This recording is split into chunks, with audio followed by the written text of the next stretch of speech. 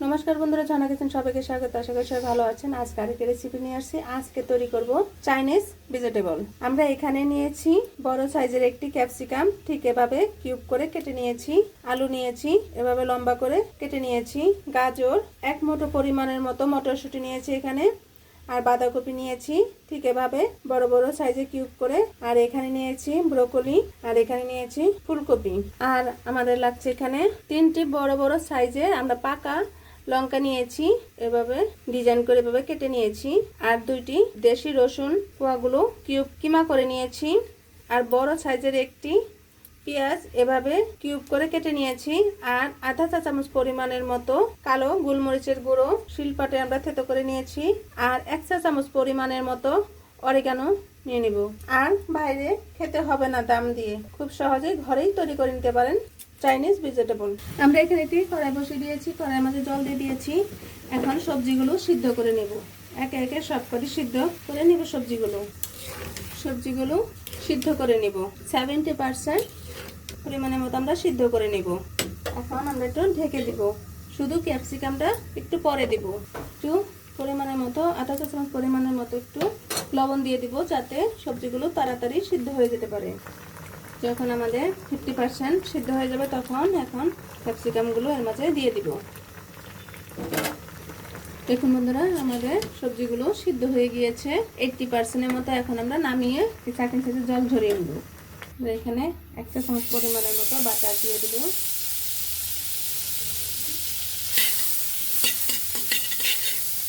রসুন কুচিগুলো এর মাঝে দিয়ে দিব। রসুন একটু ভাজা ভাজা হলে পেঁয়াজ কুচি দিয়ে দিব।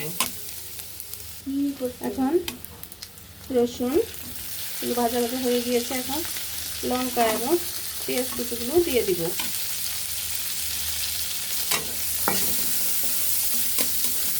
আপনার ঝালটা আপনার পছন্দ অনুযায়ী দিয়ে দিতে পারেন।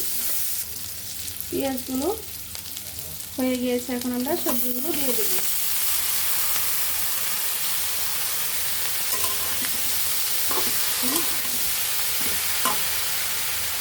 একটা চামচ পরিমাণের মতো আধা চা চামচ পরিমাণের মতো কালো গোলমরিচের গুঁড়ো দিয়ে দিলাম।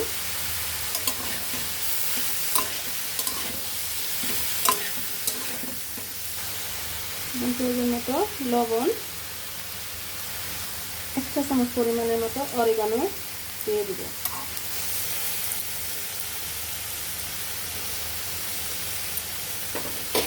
এখন ভালোভাবে 1 থেকে 2 মিনিটের মতো নেড়ে চেড়ে নামিয়ে নিব।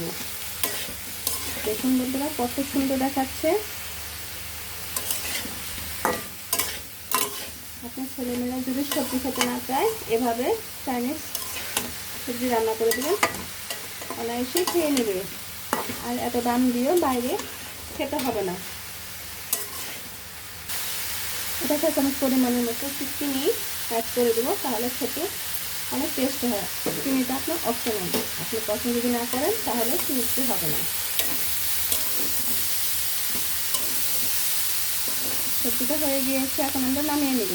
দেখুন বন্ধুরা, আমাদের চাইনিজ সবজি কত সুন্দর দেখাচ্ছে। খেতে অনেক অনেক টেস্ট হয়েছে। আপনারা একবার হলো বাসায় এভাবে খুব সহজেই চাইনিজ ভেজিটেবল রান্না করবেন।